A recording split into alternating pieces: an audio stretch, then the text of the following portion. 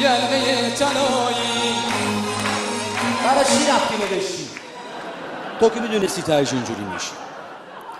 بعضی از این پسرهای ناقلا معتقدن که اکثر دخترای دهه 60 با این آهنگ خاطره دارن. بالاخره یه شب یه جایی دور همی به هنرنمایی داشتن. اینها همون پسرهایی هستن که در مراسم عروسی ها با کاپشن چرم ظاهر می شدن و شلوار ساسوندار 38,000 ساسون دور تا دور کمرش بود، شبیه شلوار سنگبار.